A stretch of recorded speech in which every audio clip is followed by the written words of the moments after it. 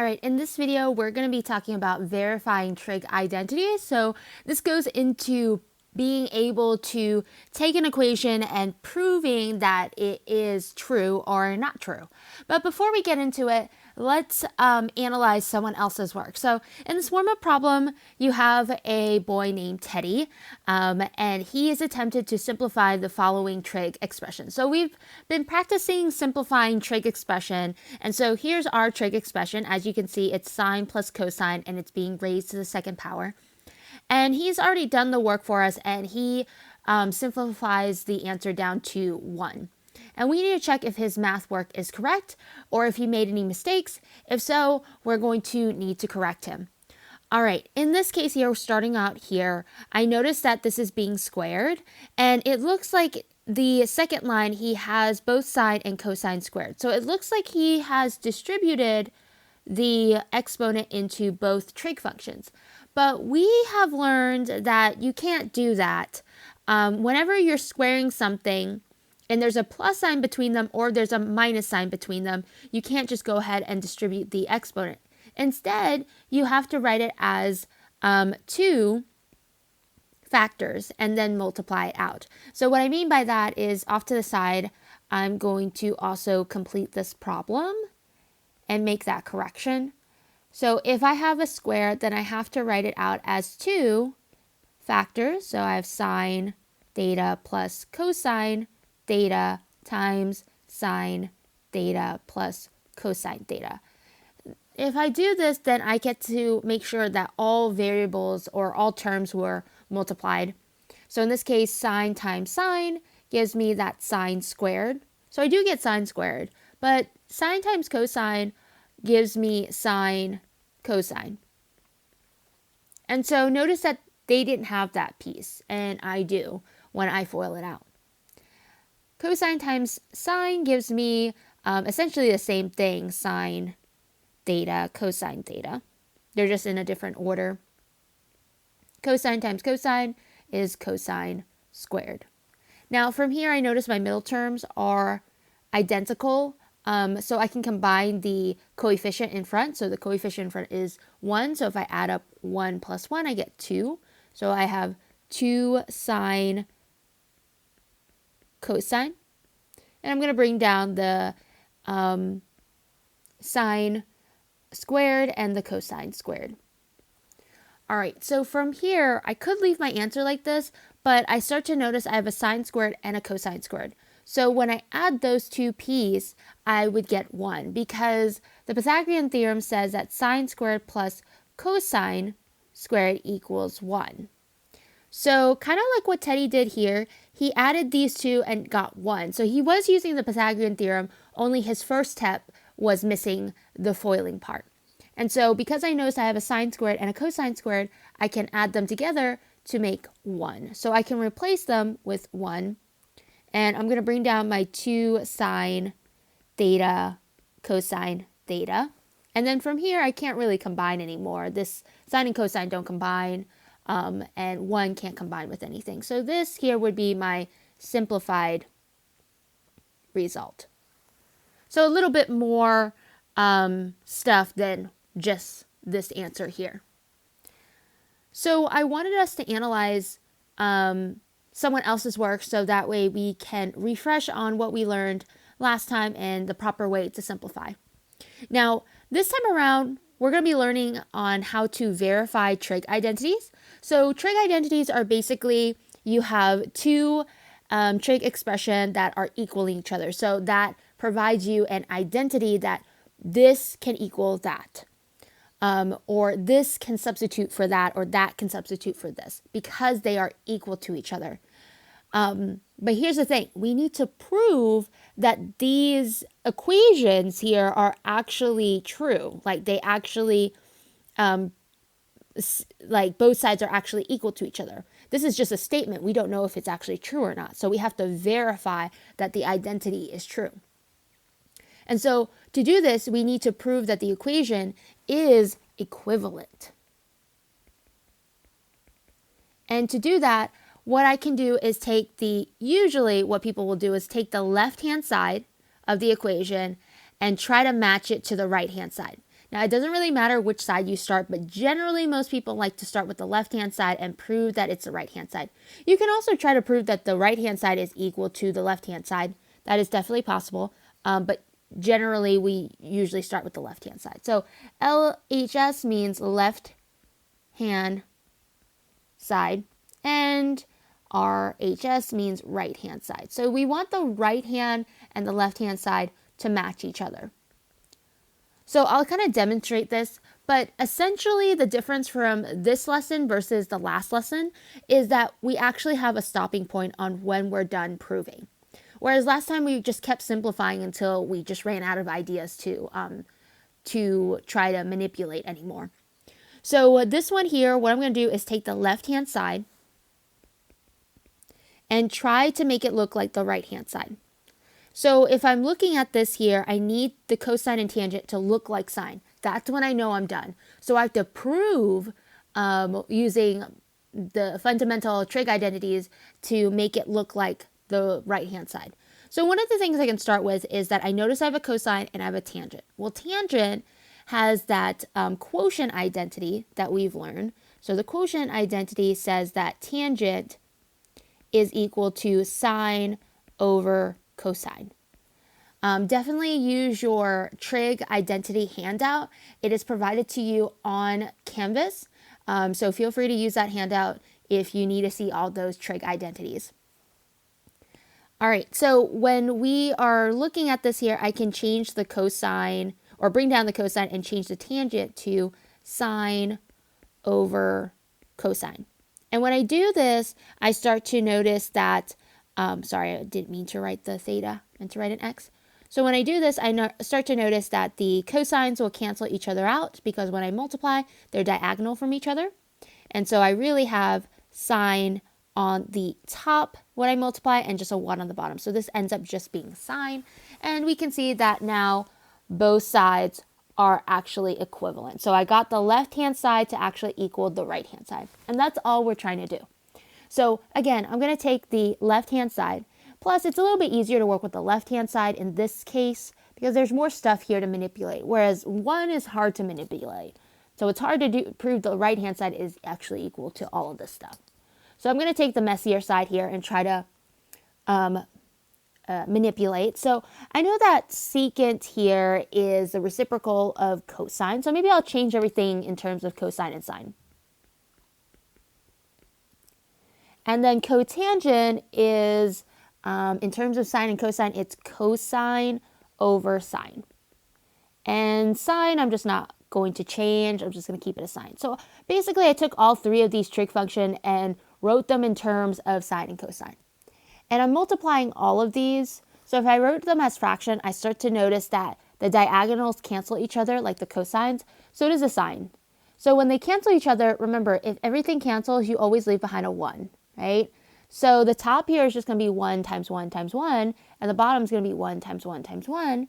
So if I have 1 on the top and 1 on the bottom, I really just have a 1. And voila, you have now matched the left-hand side with the right-hand side. So there we go. All right, in the next problem here in part C, it looks like we're trying to prove that sine squared times secant times cosecant equals tangent.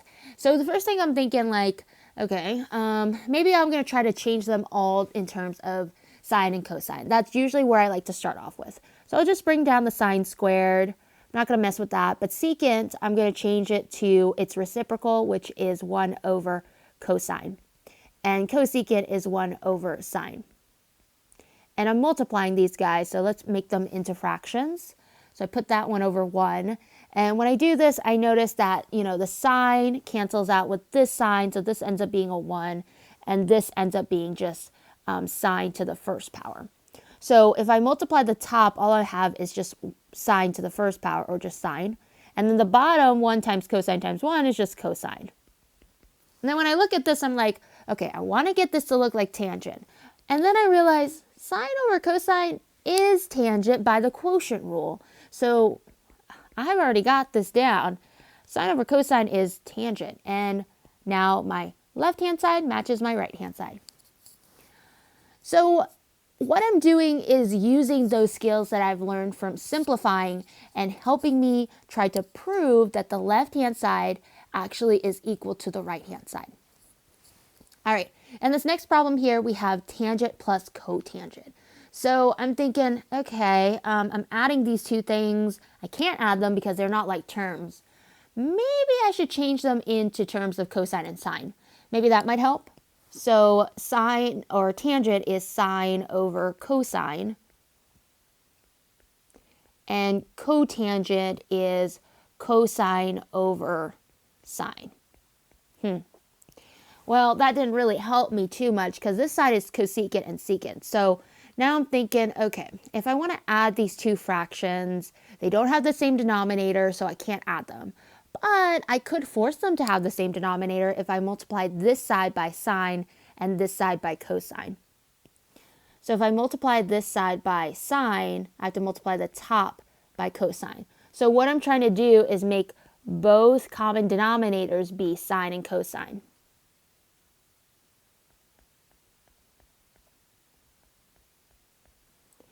So this would give me sine squared on the top for the first one and sine cosine for this bottom and cosine squared for this top and sine cosine for this bottom. So now at this point, what I've done is just multiplied these two and got the sine squared, multiplied these two, got the sine cosine squared, and then I got the denominators to match. Once the denominators match, you can actually bring the denominators together and the numerator. So the numerator is just sine squared plus cosine squared over just the denominator, which is sine times cosine. And from here, I start to realize, hey, this here, sine plus cosine squared, is just 1 by the Pythagorean Theorem. So the Pythagorean Theorem states that if you anytime add cosine squared and sine squared together, they give you 1. And so this is really just 1 over sine and cosine. All right. Now, this doesn't look like the answer on the right, but then I start to realize this is cosecant and this is secant. Cosecant is basically when sine is in the denominator, and secant is when cosine is in the denominator, and I have that here. So then I start to think, well, if I split this fraction up as sine and cosine as two separate fractions, I start to realize this is still the same thing, right? 1 times 1 is still 1. Sine times cosine still gives me that denominator, so I didn't do anything different. But what this allows me to do when I split up the denominators like that, I can write this piece as cosecant because 1 over sine is cosecant. And 1 over cosine is actually secant. And so I can write that as secant. And from here, this is my final answer. So I finally have the left-hand side to match the right-hand side. Whew, that took a little bit more work than usual. All right, let's try out some of the other problems down below in the next page. So for part E here, we have kind of a same scenario. These are subtracting each other, and I can't subtract them because this is a cosecant, this is a sine. So maybe I need to rewrite them as their try to rewrite them in terms of sine and cosine. So cosecant is actually 1 over sine. And I have a sign here, so I don't need to, manipulate the sign. Now, from here, I can't subtract a fraction from a trig function if it's not a fraction. So I'm going to put it over 1 to make it look like a fraction. And my goal is to make it look like cotangent cosine. So I'm like nowhere close to this component here. So I'm thinking like, okay, if I want to try to combine these by subtraction, maybe I need a common denominator. So I'll start there next.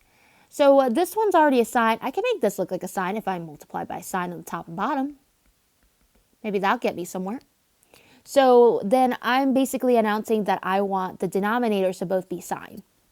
And that's good. So if I want this one to be sine, I multiply the top, sine squared, and the bottom is sine. So if I combine the top here, I would have 1 minus sine squared for the top, and just sine on the bottom. Well, 1 minus sine squared kind of reminds me of the Pythagorean Theorem, where you have sine squared plus cosine squared equals 1. If you subtract sine over, because we have here a 1 minus sine squared, if you subtract cosine over, you would have cosine equals 1 minus sine squared.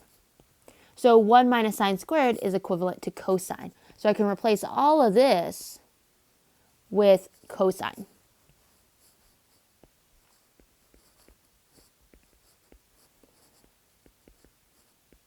So I have cosine squared now on the top and sine on the bottom. But this is not quite, cosine over sine, typically we think of that as cotangent, but this is a squared. So I can't necessarily say that this is cotangent. So if this is a squared, what I can do is split them up as cosine times cosine, and then put one of them under sine, and then one of them on its own. So what I've done is split the cosine into 2, so I can allow these two to join as cotangent, and then the other cosine just comes next to it. So I've made this into cotangent because cosine over sine is cotangent, and then the cosine sits next to it. And finally, this looks like the right-hand side. So I did a lot of basically work here to kind of show that. So it's okay if you need more paper to do this. Totally fine to get some more paper or write really small, because you don't know how long it might take for you to manipulate a problem or to prove a problem. All right, for this next one here, I have a tangent here, I have a sine, I have a cotangent, and a cosine inside. Lots of things going on here. So the first thing I might want to do, or what I notice, is inside the parentheses, I can't really condense anything. There's nothing really I can combine. So perhaps I can just go ahead and distribute this tangent in. I mean, there's no exponent out here in the way for me to do that. So I could just try to distribute first. So I'd have tangent sine plus tangent cotangent cosine. And I'm trying to prove that this is secant. So first off, I might try to multiply these two. I'm going to change everything in terms of sine and cosine. So tangent is really sine over cosine, and it's being multiplied by sine here. And then this guy here is really, tangent is just sine over cosine. And this cotangent is cosine over sine. And then cosine, I'm just going to put it to the side. So if it helps, you can always put these sine and cosine over 1 to make it look like a fraction. So just focusing on this side of the plus sign first. If I multiply, I would get sine squared over cosine. On the left-hand side of the plus sign, it looks like I can cancel a few things, like the cosines are diagonal, the sines are diagonal from each other. So if I look at this here, these all cancel, so I'm just left with cosine. So this is just going to be plus cosine x. All right, so I've condensed quite a bit. I can try to combine these if I make this denominator the same as this one, which is not too bad. I would just have to multiply the top and bottom by cosine. And I start to notice something. If I multiply the top and bottom by cosine, this ends up being a cosine squared, and that's a sine squared. So I'm kind of foreshadowing that I'm going to be using Pythagorean. So this gives me sine squared plus cosine squared, and my denominator is a common denominator of cosine. So what I've done already is just multiply these two out to get cosine squared, bring down the sine squared, and since both denominators are going to end up being the same, I'm just going to write cosine together. All right, from here, I notice that the top and bottom, or just the top here, is sine plus cosine squared. So that's just 1. If this is 1 over cosine, 1 over cosine is just secant. So I've just proved that this is actually secant, because 1 over cosine is secant. So you could show more work and write 1 over cosine, but in this case, I'm already like circling and putting a 1 there, so I'm in a way proving that already. All right, for G here, we got a lot of stuff going on, but I might just do something similar. So when I'm looking at this problem here, I notice I have a cosecant squared here. And I do notice there's a cosecant already in here. So I'm going to go ahead and kind of do the same as what I did before and distribute the cosine in. That's outside. Because I really can't see anything simplifying on the inside here. So if I were to simplify or distribute this in, cosine times secant is cosine secant plus cosine times cosine is cosine squared, and cosecant just comes to the side here. All right, so from here I can try to maybe write this in terms of cosine and sine. So like this is a cosine, so I can just bring that down. Secant can be written as 1 over cosine. Cosine squared, I'm just going to leave it as it is, but cosecant, I'll write it as 1 sine squared. So I'm changing all the secants and cosecants in terms of sine and cosine. Now from there, I'm going to try to multiply the fractions on both sides of the plus sign. So this side here is kind of nice because the cosines cancel each other. So that would just end up being 1 over 1, which is 1. So this ends up canceling out, and I'm just having a 1 left over after this. And then this one here, I can't cancel out anything diagonally.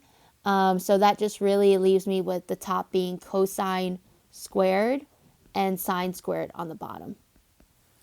But the part that I realize is that cosine over sine is just the identity for cotangent. So cotangent is cosine over sine. That's one of the quotient identities. So I can replace this here with just 1 plus cotangent squared. And then from here, what we realize is that this here is part of the Pythagorean Theorem, where if you have 1 plus cotangent squared, this is equal to cosecant squared. So 1 plus cotangent is going to give me that cosecant squared that I need.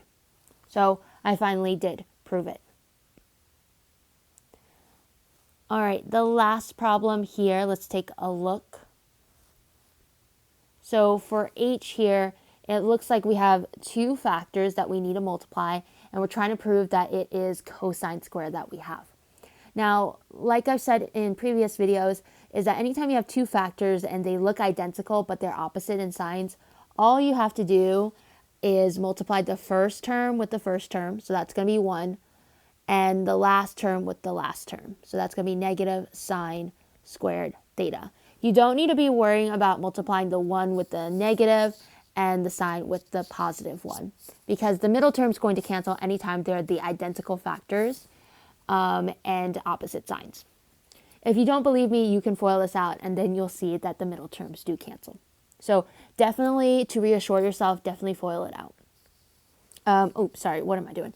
So looking at this problem here, we have 1 minus sine squared. And when I look at this problem, I'm like thinking, oh, this is just the Pythagorean theorem again.